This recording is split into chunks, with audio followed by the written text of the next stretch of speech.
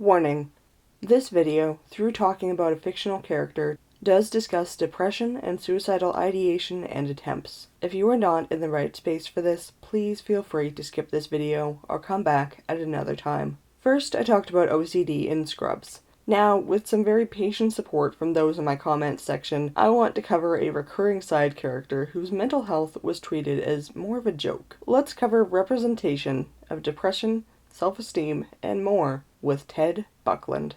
Ted is a recurring side character as the lonely, anxious hospital lawyer working in Sacred Heart Hospital. Although he is a side character, we do see him a lot throughout the show and learn a lot about him and his life.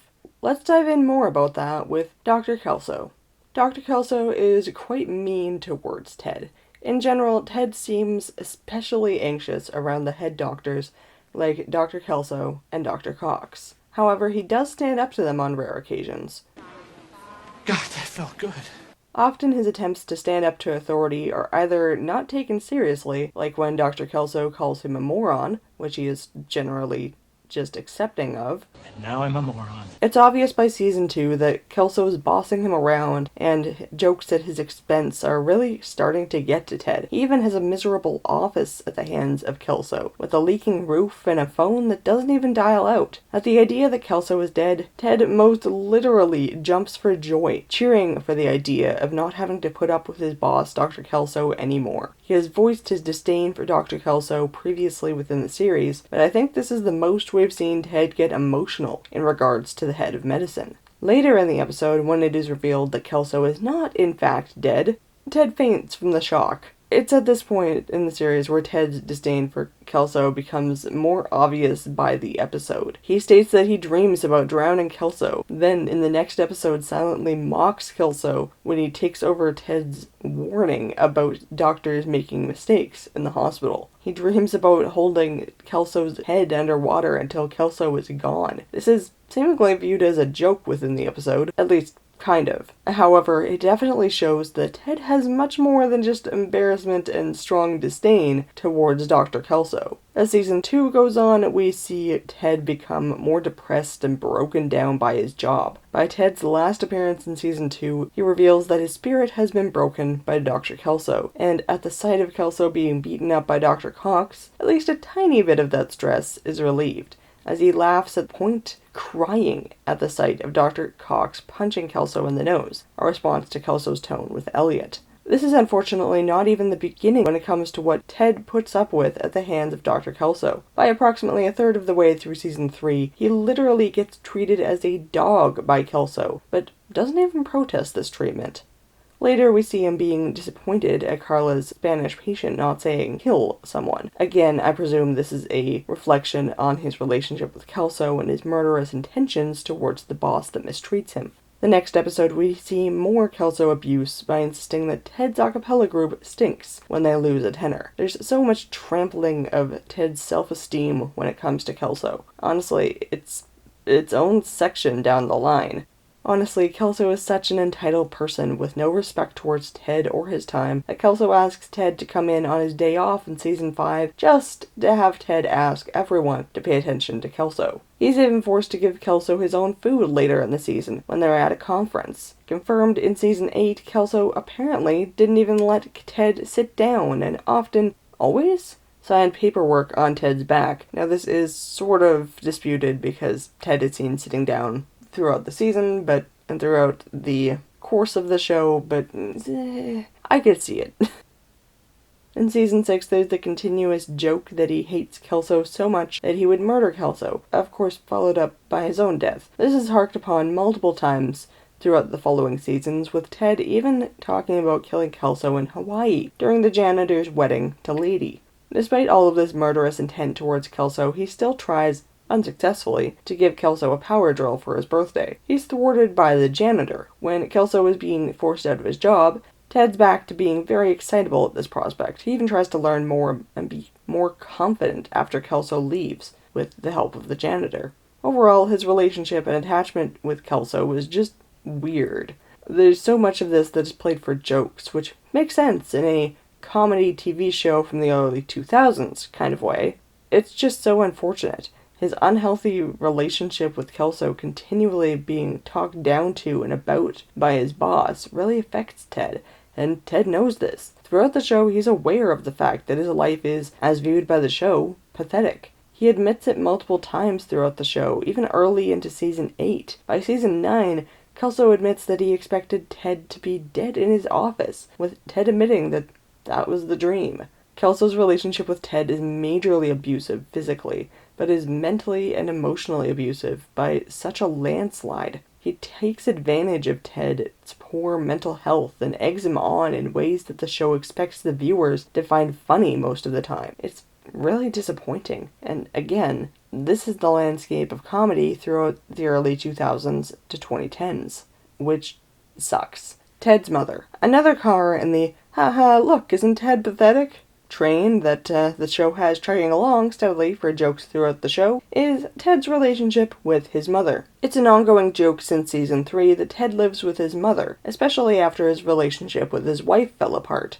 In the first mention in season 3, he says that he's been living with his mother since divorcing his wife 8 years ago. This divorce may be in a bit of a weird spot though. In season 1 it said that he's been living with his mother for 8 years. Since divorcing his wife. But then by season 4, it said that he mixed up his and his wife's divorce papers with Dr. Cox and Jordan's. So maybe he's in a drawn-out process of divorce, which has taken over 8 years?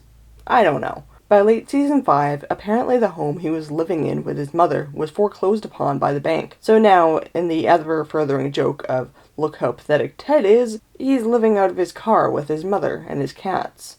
His relationship with his mother turns really weird when Ted likens an older woman he's staring at to be his mother, with whom it's implied there are some sort of weird romantic feelings towards. In the same episode, he defends the sexuality of his own mother, saying she is not a lesbian, but is straight. Ted says he has seen his mother sleep with men. So there's that. Okay. There are some offhand comments about his mother nicknaming him Thunder. Then he is seen defending her sole use of that nickname, and he was also called Sweaty Teddy by his mother. His mother also sometimes kept his crib in the driveway, so that presumably some abuse by his mother towards him too is just furthering the Ted's weird and pathetic jokes within the show that you really aren't supposed to pry into. The next comment about his mother is about them sleeping in the same bed, at least sometimes, due to nightmares by him or his mother. This is another, oh look, Teddy's pathetic due to a weird attachment to his mother joke. In season 6, there is an offhand mention that his mother put a camera in the bathroom as well, because his baths were too long. Ugh. This whole relationship with his mother thing, I swear, they just piled upon it, saying, how can we make this more disgusting? And thus somehow funny to our audience, due to it being disgusting. I don't get it. It's weird. I kind of hate that I'm prying into it at this point, so let's move on to Gooch, the romantic. In season 8, we meet Gooch, the ukulele-playing musician who frequents the pediatrics ward. She provides a nice little ray of sunshine for Ted in a series that has done little else other than beating down this anxious lawyer. Now, obviously, there isn't a ton of detail about their relationship, given Ted's such a side character in the show, but I have to wonder how much some of the offhand comments throughout the show are taken into account and taken seriously within this relationship. Like it said in season 2 that Ted is sterile. Newsflash, I'm sterile. I mean gutless. My guys swim in circles. And also implied that Ted is asexual. However, I'm uncertain if they are using that as its actual meaning as a sexuality, or more infantilizing. Because this person doesn't talk about sex, I don't view them as much more than a small child. Like, that kind of way. I think it's more the latter, really, given the show's time period and general vibes. I think it's just an infantilizing view of asexuality, but a pal can hope. They can also get their hopes dashed, but a pal can hope. I'll come back to Gooch in a bit, but for now, let's continue this sad topic of Ted's state of being.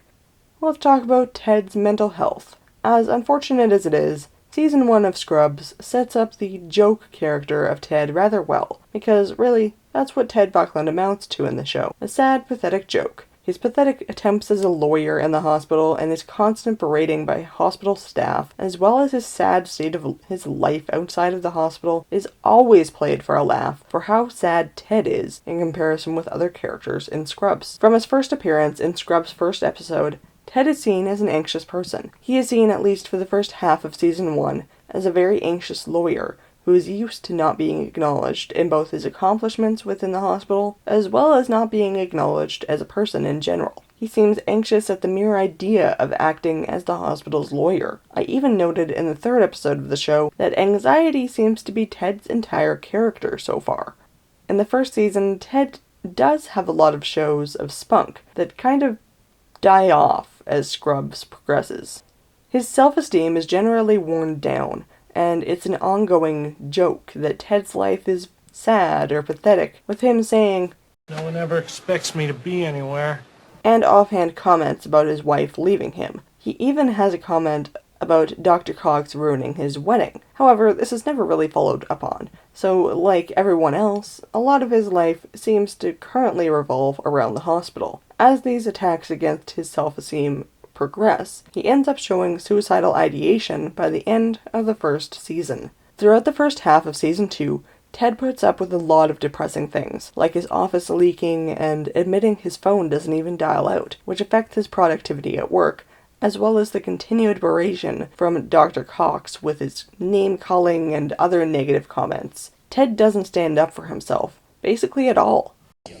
Hey, he's right. However, it isn't long after that where the show returns back to its standard mocking of Ted and his pathetic life once again, such as stating that Ted is sterile and that his spirit is broken by Kelso. Upon being asked by Kelso for backup, he states that he's barely here in a very depressed tone. He says in the beginning of season 3 that he doesn't know what confidence feels like and is treated like a literal dog by Kelso, saying nothing against it. A few episodes later, he states that he doesn't even know what it is he's doing when he's helping a patient with her will, showing what could, at this point in the show, be a lack of self-confidence. However, it's stated in the show that he went to a very bare-bones law school, which would potentially explain his minimal knowledge about law proceedings and paperwork throughout the show. His confidence is often trampled by Dr. Kelso with comments about how Ted is incompetent at his job, or, in season 3, his band not being very good, according to Kelso. He does try, on occasion, to stick up for himself, including his very limited days or time off. However, there are many times where he does try to go above and beyond with his job, such as researching case studies about harassment instead of going to a local singles night. It is shown in season 4 that Ted does have a morning self-affirmation ritual. However, this is yet another, haha, isn't Teddy's life pathetic? Kind of joke. His morning self-affirmation is to say, "People are laughing with you. People are laughing with you." Then we're back to the status quo of Kelso digging at Ted's self-esteem, insisting that he shouldn't be whistling, partaking in a gag within the episode, because his life is pathetic. You know, you can't do anything when your life is pathetic, because your life is pathetic. That is the cyclical logic used by the show here, that we're supposed to just have a good chuckle at. Kelso even insists that Ted give back the only staff ketchup bottle because ketchup is for winners. That's quite a dig. Throughout season 6, there's more jokes at the expense of Ted's self-esteem, such as being labeled as the hospital sad sack in episode 12, or insistence that he is more of a follower than a leader. In season 7, it's also shown that he didn't exactly have the best role models or self-esteem boosters when growing up, as negative things were said to him often, such as, I'm really disappointed in you. You are pathetic and weak, and I don't love you anymore. Get out! Then he's also seen getting called bald and sweaty by the janitor. He takes this criticism, which is lobbed his way often, and says, he also says that most people remember him because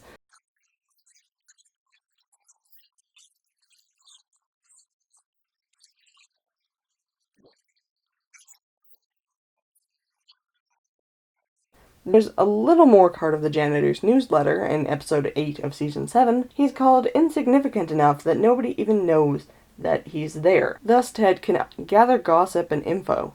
He seemingly takes this role as it's all things regarding him, and he's kind of just taken them to heart. Despite the negative atmosphere that has been just absolutely piling up and culminating in the hospital, Ted tries to relax on his birthday. After Dr. Cox says that he put them in a legal bind because a patient was put in the study that they weren't supposed to be in, he listens to some relaxation tapes in his office. This attempt at relaxation is interrupted by JD, who says a patient has lost their sense of smell. Ted immediately jumps to the conclusion that the patient's nose was cut off, but upon being corrected by JD, attempts to provide papers that the drug in question has never been associated with loss of smell.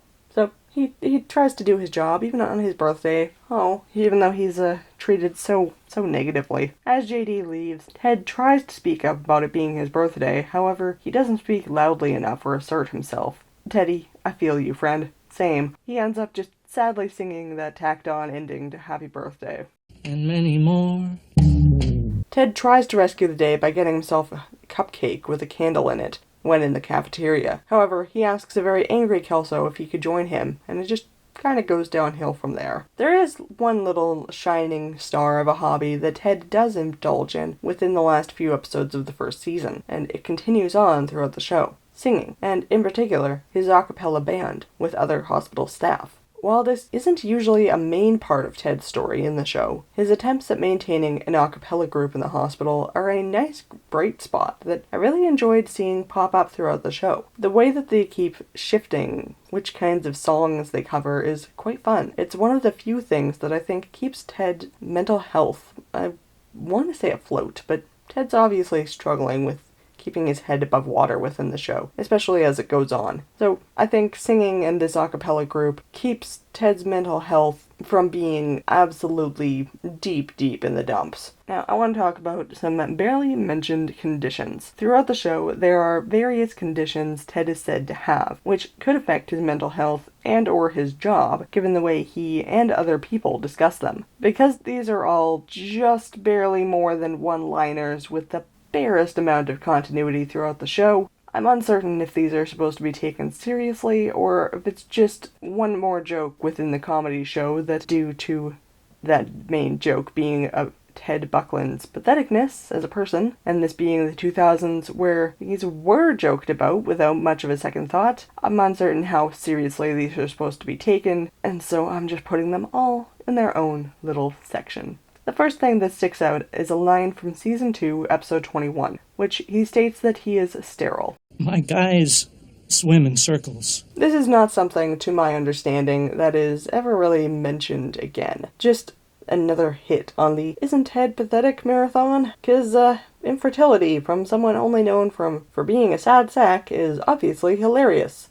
Due to confirmation in Season 4, Episode 3, where he responds to the psych of the episode that his impotence was not what was important for his wife, but the illusion of hair. Of course, more isn't it hilarious that this sad man has no hair jokes, which are sprinkled throughout the series as well. So there is a little bit more than a one-liner from this, but not by much. In another episode, he states that he has stress-induced dyslexia. There are potential references to it with him being unable to spell some words in small scenes throughout the show. For example, Season 4, Episode 23, he misspells attorney. But it's such a lightly salted issue within Scrubs. If we squint hard, we could perhaps call this another reason why Ted got his degree in a location where there were few laws to study. Oh, sure, I'm a lawyer, but that's only because I took the bar exam in Alaska, and they only have like 4 laws, and most of them are about when you can and cannot kill seals. But I'm not too sure about that. Episode 2 of Season 6 has an offhand mention by Carla that Ted is asexual, so is allowed to film her baby's birth. I'd love to give this the benefit of the doubt that this is a mention of asexuality in a positive LGBTQIA+ affirming way, but I'm more inclined to believe that this is a joke regarding Ted's impotence and sterility, thus not making him as much of a horn dog as the Todd, who was previously going to be filming her baby's birth. Near the end of Season 6, Ted says that when people try to put him in the middle of things, his throat closes up. As far as I know, this isn't really addressed anywhere else throughout the whole series of Scrubs. So this really is a one-off joke, and is just more of a Ted is really anxious and sad as a anxious sad sack kind of joke. Part and parcel for Scrubs at this point. Now let's talk about talk of the end in the beginning. All of this berration by his boss and coworkers leads really quickly to a show of suicidal ideation by the end of Season 1. It gets to a point where, by episode 18 of Season 2, Ted has voiced his suicidal ideation multiple times in the episode, but this is ignored by everyone. I've gotta admit, this is definitely something that is worrying. In the show, this is supposed to be taken as a sort of joke, as all Ted's character is within Scrubs. However, this suicidal ideation isn't something that should be joked about. Honestly, it's a major pet peeve of mine when people joke about it, as it's a very serious topic where people can be in need of help when talking about this topic. Throughout the show, it's seen that suicide is something that scares him, as though he would go through with it if his inhibitions were lowered enough through drinking or something that would otherwise take away this fear of failing or of the process itself. Amongst these cries for help, there is still ample daydreaming of taking Kelso down with him, so to speak, in a sort of murder-suicide pact. We don't see any suicidal ideation or action from Ted again until Season 3, where it's only due to the good thing sprees brought up in the intro of the episode that Ted steps off the ledge of the roof. Due to the other kind of light-hearted for Scrubs examples we see with this little concept before Ted makes his appearance, it's obvious that we shouldn't put too much stock or worry into this as an audience. It's supposed to be a, oh, haha, it's great. It's too good of a day. That's great. And not really looking into the fact that Ted was just about to take his own life.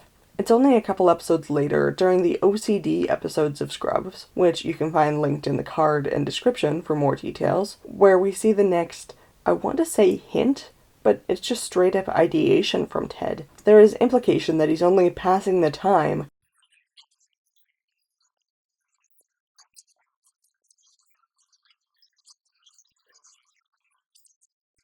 Soon after that, with another mean comment from visiting Dr. Kevin Casey, he comes back and gets surprised by Kelso's air horn on the ledge of the roof. This causes him to fall, and it's honestly really sad to see how much relief actually attempting brings Ted. I mean, this does kind of line up. Sometimes there is that relief you see in people when they're leading up to enacting a plan. So I guess this is on point, unfortunately. Of course, this is thwarted by a pile of trash bags, because due to this being a comedy, nothing is ever really going to happen to this character. He's really just meant to be a punching bag, and his resulting poor mental health is just part and parcel with this joke. After this, in the beginning of Season 4, there's a comment about how drinking makes his tears less bitter, as though we needed more ammunition in the, damn, this man really needs therapy for his depression camp. Later in Season 4, we find that he has a checklist that consists of buying groceries and ending it. 2 episodes later, he talks about having happy pills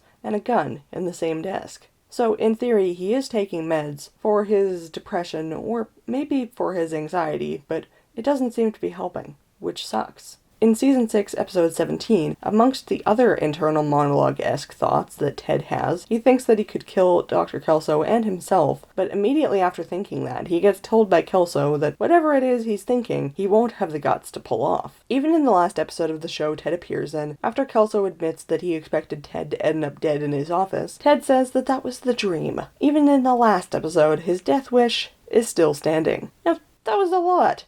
That was a lot of sad moments from Ted Buckland and a lot of depression and ideation. So let's cheer up with some music. Also done by Ted. Acapella and Ted Buckland. Acapella is a major part of Ted's character and a large part of what brings Ted happiness. The first time that Ted sings within the show is a ways through Season 1, where he sings to a coma patient with Carla. Then a few episodes later, we are introduced to Ted's band, which sings cartoon theme songs. By Season 2, Ted's group is singing primetime themes, with multiple hilarious appearances throughout the beginning of Season 2. Then later in Season 2, the a cappella group is seen performing commercial jingles and even delivering musical telegrams, such as to Elliot on behalf of what I'll call her boyfriend of the week. It's nice to see an expansion on Ted's musical endeavors like this, and that they're not just practicing cover songs in the halls and elevators of the hospital. Despite how much joy his singing and his group overall brings Ted, it's not viewed positively in the hospital. There have also been a few comments complaining about the group generally, as they usually practice at night within the hospital, often being seen either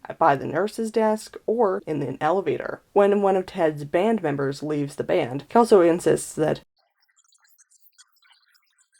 the band member is brought back not much later. There is a slight bit of relief late in season 5 when the group tries to get Dr. Cox out of a depressive state through singing to him. Cox isn't very receptive to it, but it's nice to see that Ted and company try to spread some joy with the group. The band even does the music for Turk and Carla's wedding. This being said, the group doesn't make much money at all, with Ted getting paid $16 to do the reception and $8 to do the wedding itself. Then he sings with the group at Carla's baby shower about Chili's baby back ribs, because it's the only song they knew with the word baby in it. Folks, if you forgot that Scrubs was supposed to be a comedy, Scrubs is a comedy show. This is one of the actually good jokes. Ted's a cappella singing of this song is also used as a torture in the same episode, as they keep singing the tune without ever ending with the word ribs. I want my baby back, baby back, baby back, baby back, baby back, baby back, baby back. I want my baby back, baby back, baby back, baby back, baby back, baby back, baby back. I want my baby back, baby back, baby back, baby back, baby back, baby back. Dear God, when did they say ribs? Never. They never say ribs. I want my baby back, baby back, baby back, baby back, baby back, baby back, baby back. I want my baby back, baby back, baby back, baby back. There are a couple of episodes in between which I enjoyed, like the Battle of the Bands, in which the janitor tries to insist that his band, which he just made up, is better than Ted's established group. It's a silly, fun episode. Another episode in which I particularly enjoyed the music of Ted's a cappella group, of ever-changing names, was episode 7 of season 5. In this episode, there's a variety of musical performances by the band to The Wizard of Oz. I've always enjoyed the music of the band, and this was just a fun episode with some great references, especially to Wizard of Oz. I loved it. Then in season 8, the band is forbidden from singing in the pediatrics and burn ward, as there's already a girl there with a ukulele, who he later starts dating. This is the last we hear of Ted's a cappella band. His girlfriend, Gooch, does fill this musical role for the rest of the series. Despite the ukulele thing being a bit light-hearted fun, I much prefer the musical stylings of the a cappella group of many names. Now let's talk about how the show did Teddy effing dirty. Scrubs, although it treated some characters alright, like the 2-episode OCD special I covered a little while back, it could have been a lot better. I won't say that other comedy shows at the time did all that great with portrayal of mental health issues. I'm sure they probably didn't, at least from my recollection. I'd always love to find more rep, especially more good rep, so please leave your recommendations in the comments. The way that Scrubs wrote the character of Ted Buckland makes me pretty disappointed. I know that it's a comedy series, but the fact that they took an anxious, depressed character and used him as a main series punching bag for the purpose of long-running jokes? Yeah, that freaking sucks. Mental health, especially depression and suicide, is a really serious subject. It's something that should always be taken seriously, but it's something that was often seen as a joke. Just like how it was always hilarious to see Homer Simpson choking out his son, it was funny to see just how low and pathetic the life of a hospital lawyer could get. I know many people that joked about their mental health, and it's always been something that has bothered me. I know there is a time and place for jokes, and joking about conditions you have, about the serious things going on with your life, and it can be a way of coping. I get that. Hell, I do that sometimes, but even as a comedy show, a hospital should not be a place where one's mental health is the butt of an ongoing multi-year joke. Especially someone's depression and suicidality. That's so dangerous. So dangerous. Yes, I can hear someone out there saying, yes, Ted was depressed, but so was Dr. Cox in season 5. I hear you. Dr. Cox had a support network, though, and it even included Ted and his band. Ted is doing really good if there's the occasional episode where he isn't berated or laughed at for his situation in life. Over 8, do people really watch season 9? Seasons, and 8 or 9 years of television. That's a hell of an existence for one character. Conclusion. Overall, in my studying of the character of Teddy Buckland, I came away with a lot of disappointment with how one character's mental health was ignored within the show, just because it was viewed as a joke. While I won't say that the very last appearance of Ted Buckland in Scrubs was great, I'm glad at least that the last joke we got from this character was one connected to his girlfriend playing a meme song on a ukulele. Throughout 9 seasons of Scrubs, we got a lot of jokes about being depressed, being suicidal, being anxious, being pathetic, and it was all taken as a joke. And I really hope that there wasn't somebody out there who saw that and went, "This just means that my life is a joke." Because you never know what different kinds of messages people are taking away from television and the media that they consume. So if you're in a spot where you've got really dark thoughts and you think nobody is there to help, please, please, please reach out. There's helplines in the description as always. There are people who care and people who want to see you keep going. Not as a joke, but as you yourself. Because you are amazing and meant to be here. Nobody should take mental health as a joke, and honestly, I'm disappointed that Scrubs got away with it for so long. If you have any other subjects about mental health or LGBTQIA+ topics you'd like to see covered, please let me know down in the comments section. As always, my resources are listed in the description below. Thanks for watching the OCD MB. Stay safe out there.